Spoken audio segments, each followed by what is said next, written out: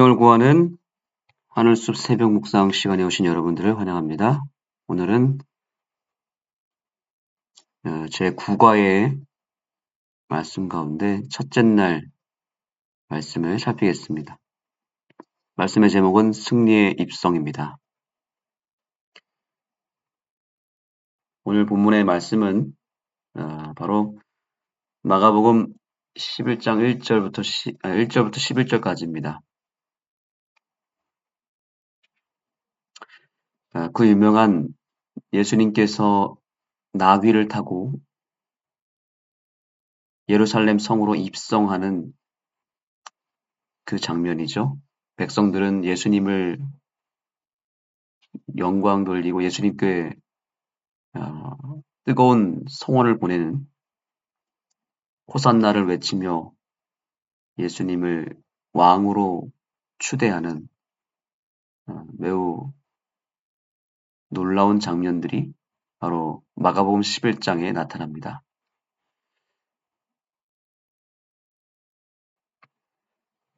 그들이 예루살렘에 가까이 와서 감람산 벳바게와 베다니에 이르렀을 때에 예수께서 제자 중 둘을 보내시며 이르시되 너희는 맞은편 마을로 가라. 그리로 가면 곧 아직 아무도 타보지 않은 나귀 새끼가 매여 있는 것을 보리니 풀어 끌어오라. 만일 누가 너희에게 왜 이렇게 하느냐 묻거든 주가 쓰시겠다 하라. 그리하면 즉시 이리로 보내리라 하시니. 예수님께서 나귀를 타기 위해서 제자들을 시켜서 건너편 마을에 어느 한 곳에 매여 있는, 즉 묶여 있는 나귀 새끼를 끌고 오게 하십니다. 그리고 그 나귀를 타고 예수님께서는 예루살렘 성으로 들어가셨습니다. 그때 많은 사람들이 예수님께 우르르 모여서 그분이 가시는 길을 열어주고 또한 겉옷을 그 길 위에 얹고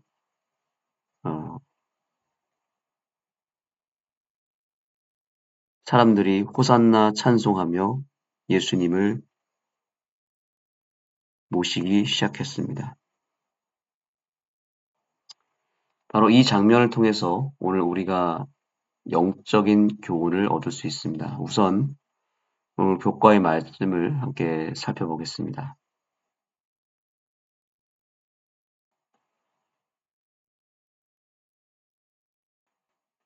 자, 여기 보니까 이 이야기의 절반은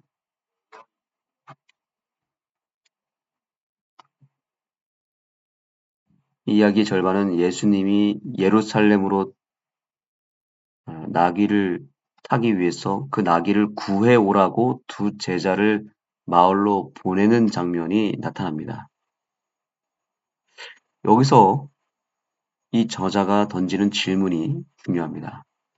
그런데 이런 이야기에 많은 지면을 할애할 필요가 있었는가 하는 부분입니다.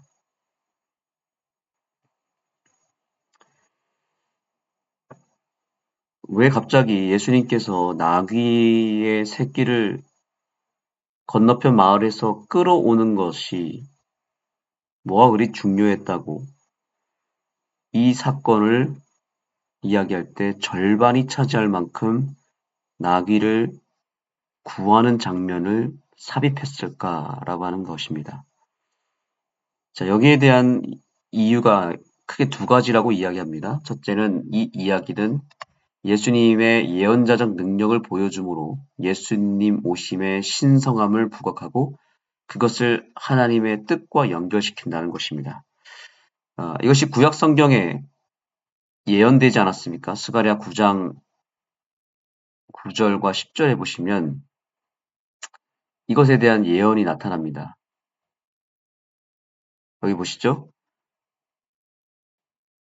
시온에 따라 크게 기뻐할지어다. 예루살렘에 따라 즐거이 부를지어다. 보라, 내 왕이 내게 임하시나니 그는 공의로우시며 구원을 베푸시며 겸손하셔서 나귀를 타시나니 나귀의 작은 것 곧 나귀 새끼니라. 여기 분명히 구약 성경에 예언이 되어 있습니다. 예수님께서는 왕으로서 예루살렘에 입성하실 텐데 일반적으로 왕은 아주 멋진 준말을 타고 입성하죠. 전쟁에서 승리하고 혹은 어떤 큰 업적을 남긴 상태에서 아주 멋있고 영광스러운 모습으로 키가 큰 말을 타고 또한 뒤에는 전리품을 끌고 성에 입성합니다. 그것이 일반적인 어, 왕의 모습이죠. 그런데 예수님은 어땠습니까? 예수님은 말이 아니라 나귀입니다. 게다가 나귀의 새끼입니다. 아주 작은 그런 이 나귀의 새끼를 타고 가셨습니다. 그것이 예수님에게 있어서는 멋있는 모습이 아니라 조금은 우스꽝스러운 모습이었을지도 모릅니다. 나귀가 얼마나 작습니까? 그런데 나귀의 새끼는 더 작지 않습니까?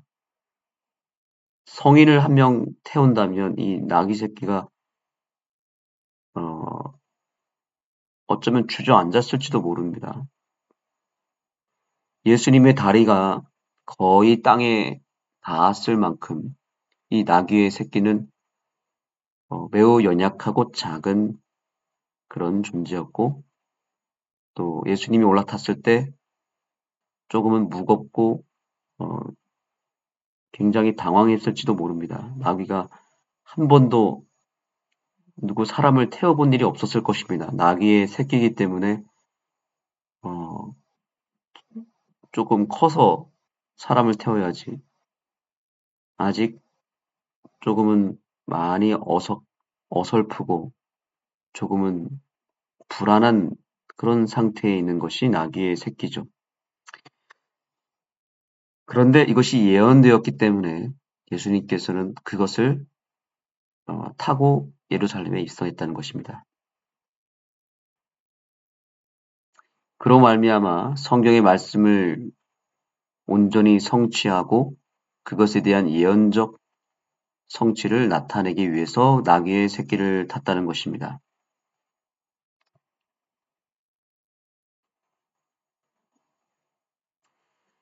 또한 이것이 놀랍게도 어, 다윗이 솔로몬에게 즉시 왕위를 오르도록 명령하여 솔로몬이 나귀를 타고 예루살렘에 입성한 장면을 연상시켰다는 것입니다.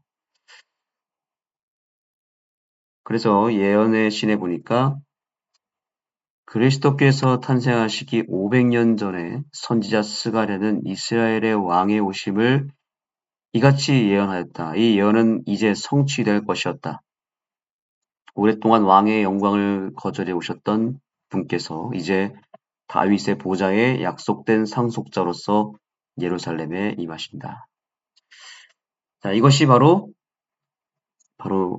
예언을 성취하시는 예수님의 모습을 드러내는 장면입니다.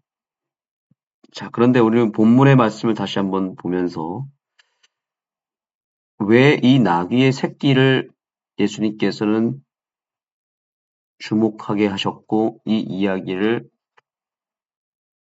이야기의 구성 가운데 이 나귀의 새끼를 구해오는 것을 기록하셨는가라고 하는 것입니다. 자, 여기 다시 나귀의 새끼를 보겠습니다. 일단 예수님께서 이 나귀의 새끼가 어딘가에 매여 있다는 것을 알고 있었다는 것입니다. 기억하고 계셨다는 것이죠. 그것을 풀어서 끌어오라라고 명령하십니다. 자기의 소유도 아닌 이 나귀의 새끼를 어떤 한 주인이 소유하고 있는 것인데 그것을 그냥 풀어서 끌고 오게 하셨다는 것이죠. 놀라운 장면입니다. 그런데 순순히 주인이 왜 이렇게 하느냐라고 물었을 때에 주가 쓰시겠다 이렇게 얘기합니다. 주가 쓰시겠다. 그랬을 때 여기 보시죠. 제자들이 예수께서 이르신 대로 주가 쓰시겠다고 했을 때에 이에 허락하였다라고 말합니다. 자, 여기 이 본문에서 오늘 우리는 우리 자신의 모습을 찾을 수 있어야 되는데 우선 이 나귀의 새끼가 누구일까라는 것을 보았으면 좋겠습니다. 나귀의 새끼는 오늘날 예수님께 쓰임받는 우리들이 바로 그 나귀의 새끼들입니다. 자, 예수님께서 십자가에 오르시기 위하여 왕으로서 성에 입성할 때 예수님에게는 나귀 한 마리조차도 없는 그런 가난한 상태에 계셨던 예수님에게 나귀의 새끼가 준비되었다는 사실입니다. 마지막 때에 이제 예수님께서 왕으로서 이 세상으로 입성하실 때, 즉 예수님께서 재림하실 때에도 예수님께서는 누군가를 사용하신다는 것입니다. 그 사용은 누구이냐면 바로 저와 여러분이죠. 그런데 오늘날 우리의 상태를 한번 돌아볼까요? 우리는 어, 의인이 아니라 죄인입니다. 그리고 예수님께서 우리를 쓰시기에는 많이 연약하고 부족합니다. 여기 나귀의 새끼는 바로 죄인으로서 쓰임받기가 어려운 우리를 상징하죠. 사실 나귀는 정한 짐승이 아니라 부정한 짐승입니다. 성경에 기록된 레위기에 나타난 깨끗한 짐승과 더러운 짐승을 구분할 때 나귀는 깨끗한 짐승이 아니라 더러운 짐승에 해당됩니다. 나시리는 부정한 짐승에 손을 대지 않았습니다. 그런데 예수님은 오늘 특별히 말을 타는 것이 아니라 나귀를 타면서까지 굳이 나귀를 끌어내십니다. 그리고 게다가 나귀의 새끼입니다. 또한 이 나귀의 새끼가 지금 매여 있었다라고 말합니다. 매여 있는 나귀를 끌어서 풀어서 데려가셨습니다. 오늘날 우리는 하나님 앞에 부정한 존재이죠. 우리는 죄인으로서 하나님께 쓰임받기가 어려운 존재입니다. 게다가 아직 길들여지지 않은, 훈련되지 않은 마치 나귀의 새끼처럼 어딘가에 또한 매여 있기도 합니다. 그런데 주님께서 어느 날 갑자기 찾아오셔서 어딘가에 묶여 있는 우리를 풀어서 끌어오셨습니다. 바로 그것이 우리들입니다. 그리고 우리의 등에 올라타셨습니다. 그리고 우리를 타고 세상으로 나아가고 계십니다. 나귀의 입장에서 사람들은 다 자기에게 와서 엎드려 경배하고 내 앞에서 무릎을 꿇습니다. 그리고 내가 가는 길을 열어줍니다. 나귀 입장에서 봤을 때, 내가 뭔가 대단하게 생각할지도 모르겠습니다. 자기 등 뒤에 타신 존재가 누구인지 나귀는 잘 알지도 못하겠지만 나귀가 가는 길에 사람들이 무릎을 꿇고 경배를 합니다. 오늘날 우리가 주님께 쓰임을 받고 주님을 등에 태워서 나아갈 때에 세상은 우리 앞에 무릎을 꿇게 될 것입니다. 우리 앞에 놀라운 길이 열리게 될 것입니다. 그것은 사실 우리가 잘나서가 아니라 우리가 뭔가 어떤 큰 능력을 발휘해서 어떤 우리의 업적이 대단해서가 아니라 단순히 우리가 예수님을 모시고 예수님을 태우고 가기 때문에 우리 등 뒤에 계시는 예수님 때문에 그러한 놀라운 역사가 일어나고 있다는 것을 기억해야 됩니다. 예수님이 없었을 때에는 결코 그런 일이 벌어지지 않습니다. 나귀가 만약에 그 당시에 예수님 없이 어딘가에서부터 풀려서 나왔다면 사람들이 그 나귀를 위해서 길을 열어주고 그 앞에 무릎을 꿇었겠습니까? 절대로 그런 일은 벌어지지 않습니다. 오히려 거기서 풀려나간 나귀의 주인이 나타나서 그 나귀를 잡아갔겠죠. 그리고 엄청나게 맞았을지도 모릅니다. 우리가 예수님 없이 세상으로 나가는 것은 마치 구와 같은 일입니다. 그리고 우리의 원래 이 세상의 주인은 누구입니까? 사단이죠. 사단에게 끌려갈 가능성이 큽니다. 예수님 없이 나아간다면 우리는 사단에게 호되게 맞고 혼나고 다시 원래대로 어딘가에 묶이는 존재가 될 것입니다. 그런데 오늘 주님께서 다시 우리에게 찾아오셔서 사단에 의해서 어딘가에 매여 있는, 묶여 있는 우리를 위하여 오셨습니다. 그리고 사단이 우리를 내어주지 않으려고 할 때, 주인 행세를 할 때, 주님께서 놀랍게도 말씀하십니다. 내가 쓰겠다. 이 사람은 내 것이다. 내가 쓸 것이다. 라고 주님께서 말씀하실 때, 사단은 순순히 풀어줄 것입니다. 여기 이 말씀이 보이십니까? 이에 허락하는지라. 주가 쓰시겠다. 이에 허락하시는지라. 이 말씀이 오늘 저와 여러분의 삶 가운데 일어나게 되기를 소망합니다.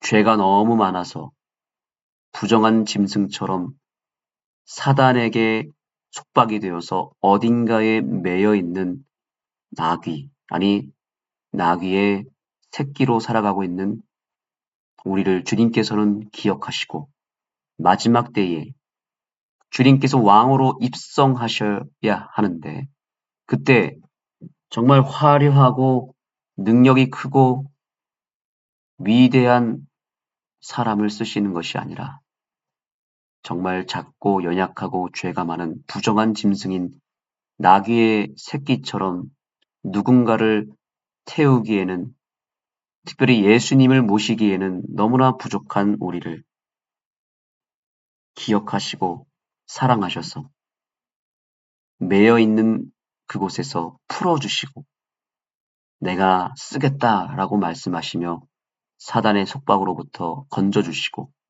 우리의 등 뒤에 타시기를 원하는 그 예수님을 이제 우리가 온전히 모셨으면 좋겠습니다. 우리가 그렇게 예수님께서 풀어가시도록 그분의 손에 내 자신을 맡기려고 할 때 사단은 순순히 풀어줄 것입니다.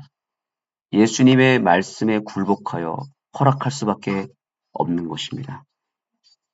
이제 예수님을 등 뒤에 태우고 우리는 새 예루살렘 성, 하늘 도성으로 입성할 준비를 해야 되는 것입니다.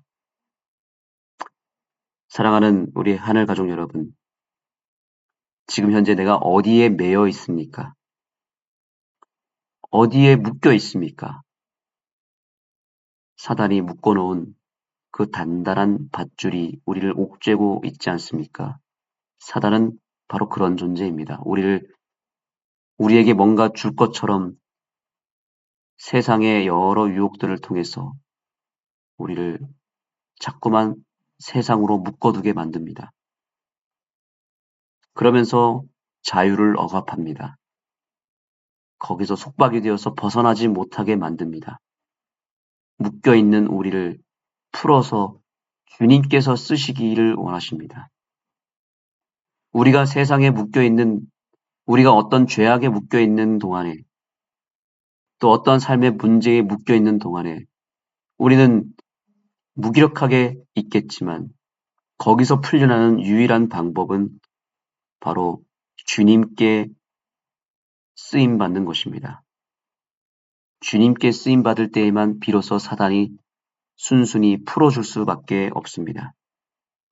그렇지 않고서는 결코 이 사단의 속박으로부터, 죄의 밧줄로부터 우리는 결코 풀려날 수가 없습니다.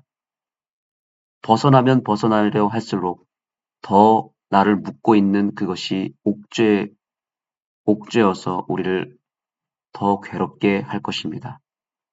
우리는 예수님을 기다려야 되고 예수님의 음성이 들려야 합니다. 주가 쓰시겠다라고 말씀하실 때 그제서야 풀리게 될 것입니다. 예수님께로부터 쓰임받게 되기를 소망합니다.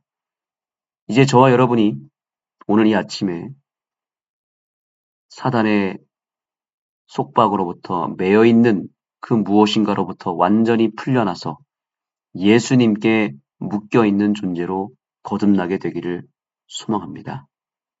오늘 주님께서 그렇게 하시겠다고 말씀하고 계십니다. 진정한 자유가 예수님 앞에 있으며 우리가 예수님을 등 뒤에 모시는 것이 내가 구원받는 길이며 이제 그분께서 이 마지막 시대에 연약하고 죄가 많은 우리들이지만 사용하기 위하여 우리를 찾고 계시고 우리를 향하여 말씀하고 계신다는 것을 기억하시기 바랍니다. 주가 쓰시겠다라고 말씀하십니다. 여기에 반응하시고 이제 예수님을 내 인생에 모시기 바랍니다. 예수님을 태우면 예수님이 우리를 쓰실 것입니다. 기도하시겠습니다. 하나님 감사합니다. 오늘 우리에게 놀라운 말씀을 통하여 다시 한번 우리를 사용하시겠다라고 말씀하시며 사단의 속박으로부터 단단히 묶여 있어서 아무것도 하지 못한 채 꼼짝달싹 하지 못하고 묶여 있는 우리들이지만 오늘 우리에게 오셔서 풀어서 쓰시겠다라고 말씀하시며 사단을 물리치시고 우리를 결국에는 사용하시는 예수님을 보게 해주셔서 감사합니다. 우리가 지금 예수님께 쓰임받는 존재로 선택받았다는 사실을 믿을 수 있게 해주시고 이제 오늘 이 아침을 기점으로 다시 주님께서 우리를 끌어서 쓰시기 위하여 우리가 묶여있는 그 인생의 밧줄을 다 풀어서 우리를 데려가셨다는 사실을 믿을 수 있게 하여 주옵소서. 실제로 우리를 묶고 있는 모든 속박으로부터 우리를 풀어주시고 건져주셔서 우리의 인생의 등에 주님을 온전히 모시고 예루살렘 성으로 입성할 수 있도록 우리를 사용하여 주시고 우리를 타고 끝까지 예루살렘 성으로 입성하여 주옵소서. 우리를 사용하여 주시고 우리를 불러주시는 예수님의 이름으로 간절히 기도드립니다. 아멘. 기도의 시간을 갖겠습니다. 오늘 이 말씀이 참으로 우리에게 구원의 말씀이 되기를 소망합니다. 오늘 주님께서 우리를 쓰시겠다라고 말씀하셨음을 확신하면서 현재 내가 어딘가에 묶여 있다면 그 묶여 있는 그것이 무엇인지를 생각하고 주님 앞에 기도하실 때 이 묶여 있는 것으로부터 나를 풀어달라고 간절하게 기도하시기 바랍니다. 그것이 어떤 죄 문제가 될 수도 있고요. 어떤 삶의 현실 속에 나를 속박하고 주님을 위해서 일하지 못하게 만드는 여러 가지 문제일 수도 있습니다. 그것이 무엇이든지 간에 주님은 오늘 풀어서 쓰시겠다고 말씀하고 계십니다. 풀어달라고 간구하시고 주님을 온전히 모시기 바랍니다. 개인적인 기도를 통해서 오늘 주님 앞으로 나아가겠습니다. 또한 특별히 오늘 기도하실 때 우리 교회의 김현숙 집사님을 위하여 기도해 주시기 바랍니다. 최근에 병원에서 진단을 받으시고 지금은 수술을 해야 되는 상황이 되셨습니다. 그러나 그 수술이 예수님의 손에 의해서 정말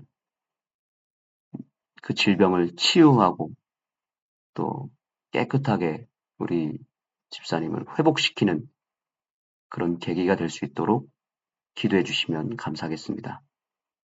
또한 우리 설영미 성도님을 위해서도 계속해서 기도해 주셔서 속히 회복을 이루고 우리와 함께 하나님께 쓰임 받을 수 있도록 기도해 주시면 감사하겠습니다.